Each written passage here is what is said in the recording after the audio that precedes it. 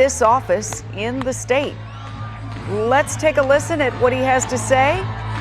It's a very excited crowd, even after being there for hours and hours and hours and hours. Of course, Glenn Youngkin was a businessman, and you heard his wife Suzanne say he came to her and said he wanted to go into public service. That was back in 2020. He was a little-known political figure, but people certainly know his name now. Glenn Youngkin taking the stage, addressing his supporters.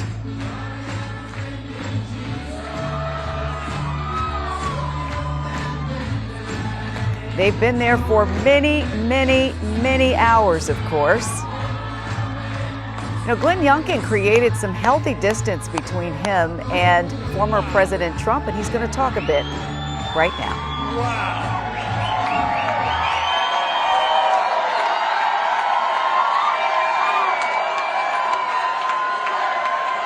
Wow.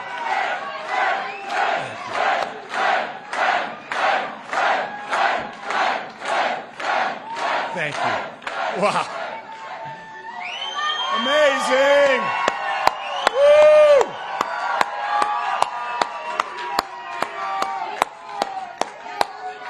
All righty, Virginia, we won this thing.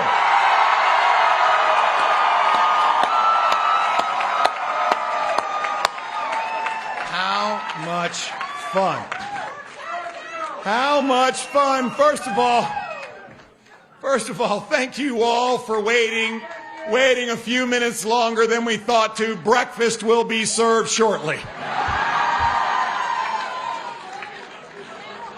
Amazing. God. Well, first, let me thank Suzanne. Just, oh.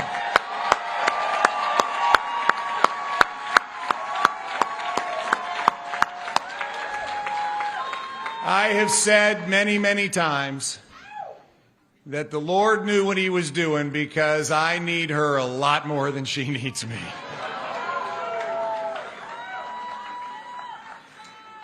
When I told you on that fateful Friday afternoon that a conviction had come over my heart to go serve Virginians, you did respond. You responded with grace. You responded with support. You responded with unconditional love. Thank you. Thank you. I also have to thank my amazing kids, because I'm not sure that they were all on board at the beginning. So, guys, I want to thank you, Grant, Anna, John, Thomas. John, thank you over in Dublin. I love you guys. And I want to thank my beloved Commonwealth of Virginia. Here we are.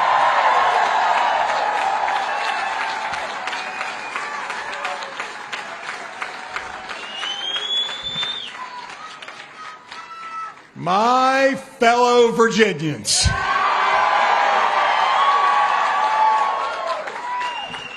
we stand here this morning at this defining moment, a defining moment that, yes, started with two people on a walk, and a defining moment that is now millions of Virginians walking together.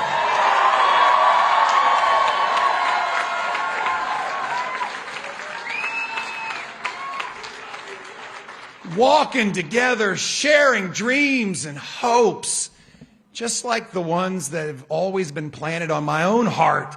Dreams and hopes for a Virginia that soars, a Virginia that never settles, a Virginia where the Virginia promise comes alive for everyone that calls this Virginia home. Together, we will change the trajectory of this Commonwealth.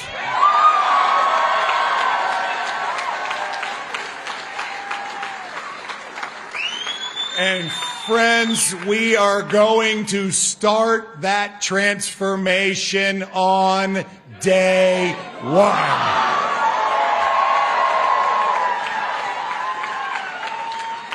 There is no time to waste. Our kids can't wait. We work in real people time, not government time. And so on day one, we're going to work. We're going to restore excellence in our schools.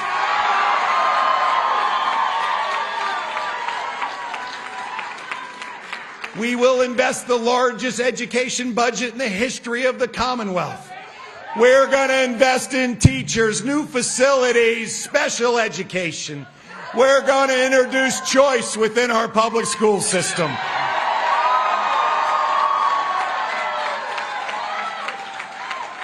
How about that? Choice within the public school system. We're going to start with 20 charter schools, and we are going to make a down payment and close the gap on giving parents an opportunity to select where their kids go to school. Friends, we're going to embrace our parents, not ignore them.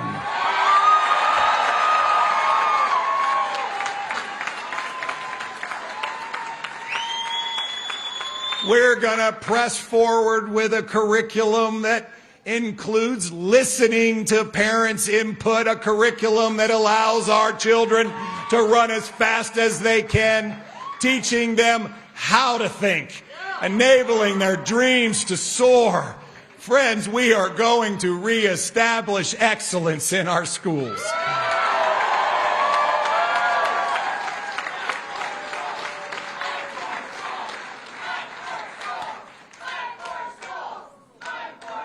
We are fighting for parents and students and teachers and our schools.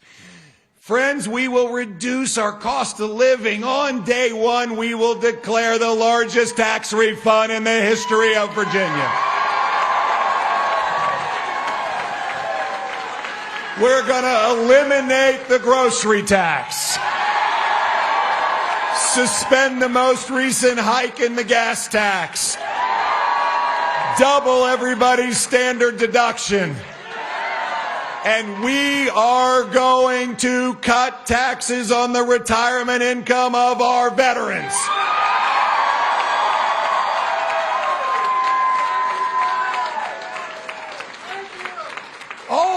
All in, we're going to save Virginia families $1,500 year one.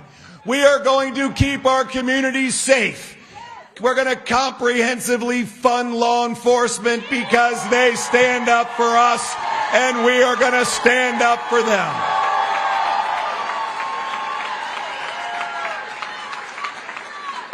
Higher salaries, better equipment, more training, programs like Unity in the community to work to build trust between law enforcement and those they protect and serve.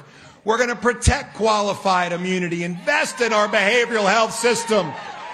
And finally, we will replace the entire parole board on day one.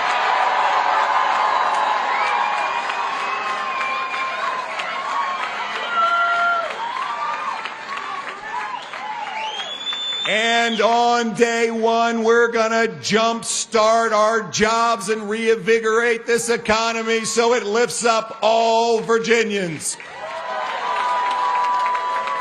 We're going to get this economy moving again, growing 400,000 new jobs, fostering 10,000 startup businesses. Friends, Virginia will be open for business.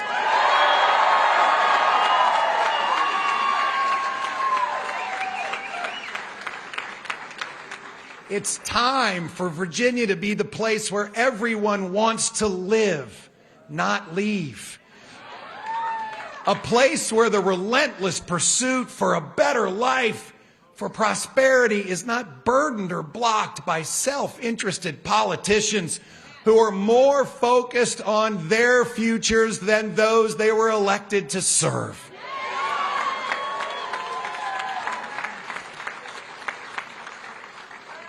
Over 100,000 miles on the campaign trail. I heard stories that were unique and powerful. But the reality is the challenge of overcoming a culture where the state overwhelms self-empowerment is all too common. For too long, we've been expected to shelve our dreams, to shelve our hope, to settle for low expectations. We will not be a commonwealth of low expectations. We'll be a commonwealth of high expectations.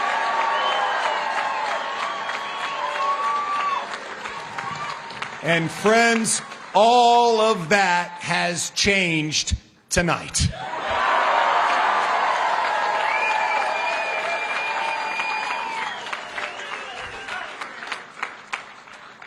A campaign that came from nowhere. But we were joined by neighbors and friends of all races, of all religions, of all ages, of all political ideologies. And it turned into a movement. This stopped being a campaign long ago. This is the spirit of Virginia coming together like never before. The spirit of Washington and Jefferson and Madison and Monroe and Patrick Henry, of Virginians standing up and taking our Commonwealth back.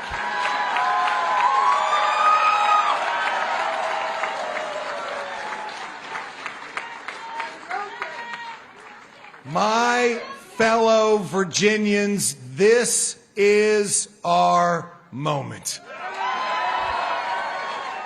It's our moment for parents, for grandparents, for aunts, for uncles, for neighbors, to change the future of Virginia's children's lives, to change their Virginia journey. It's our time to turn that vision into a reality. It's a vision where Virginians' power, the power that has historically resided in the marbled halls in Richmond, is spread out to the kitchen tables that are held together with the bond of spirit, of liberty, and freedom.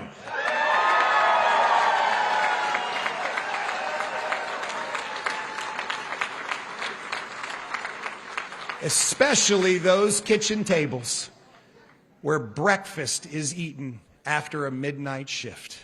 Friends, this is where our government will go. We will go to the people, for the people. It will be of the people. From the farms of the Shenandoah Valley to the docks and shipyards of Hampton Roads, to the coal fields in Southwest Virginia, to the banks of the James River, to the memorials in Arlington National Cemetery.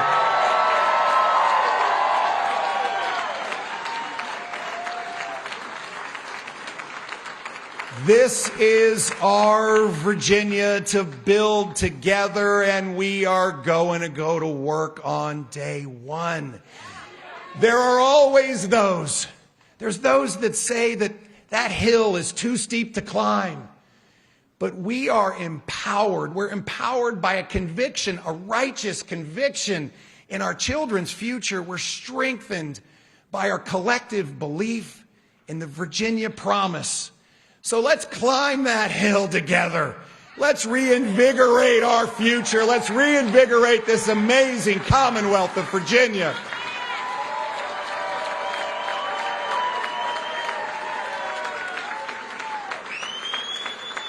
Together, together, together, together. We can build a new day. A new day for Virginians where, yes, we soar and we never settle. A new day where all Virginians, all of us, can deserve to look forward to grabbing, to aspiring, to dreaming, and then achieving that great Virginia promise. God bless you all. God bless the Commonwealth of Virginia. And let's go.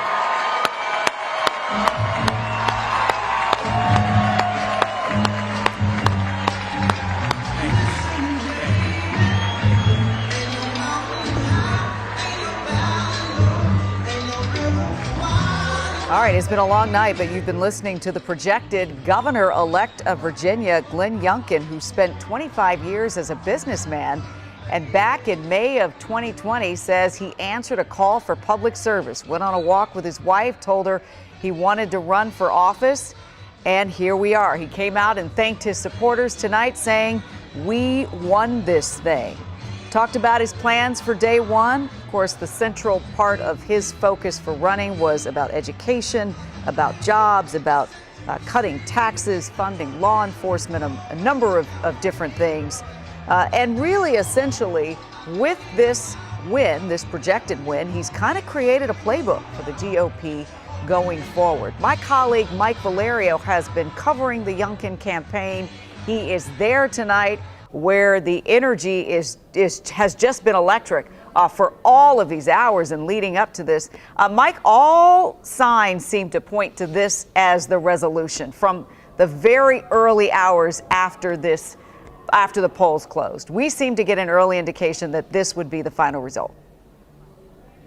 That's right, Leslie. I mean, it really seemed as though this campaign was able to capture the animating energy of what was driving voters. And of course, politics and campaigning, it isn't about just, these arcane issues. It's about the drama that is driving voters. So with Donald Trump out of the picture, coronavirus cases beginning to plummet in the Commonwealth of Virginia, I was so struck by Glenn Youngkin's speech that just wrapped up a couple seconds ago, how self-aware he was in saying that this is a campaign that started from nothing. And now they have created a movement. So striking how he put that sentence into the middle of his speech, because it's so true. When the Republican convention wrapped up several months ago, Glenn Youngkin had next to zero name recognition amongst most, regular, everyday Virginians. You would just walk up and down the street and say, okay, Glenn Youngkin is the nominee. And they would say, Glenn who?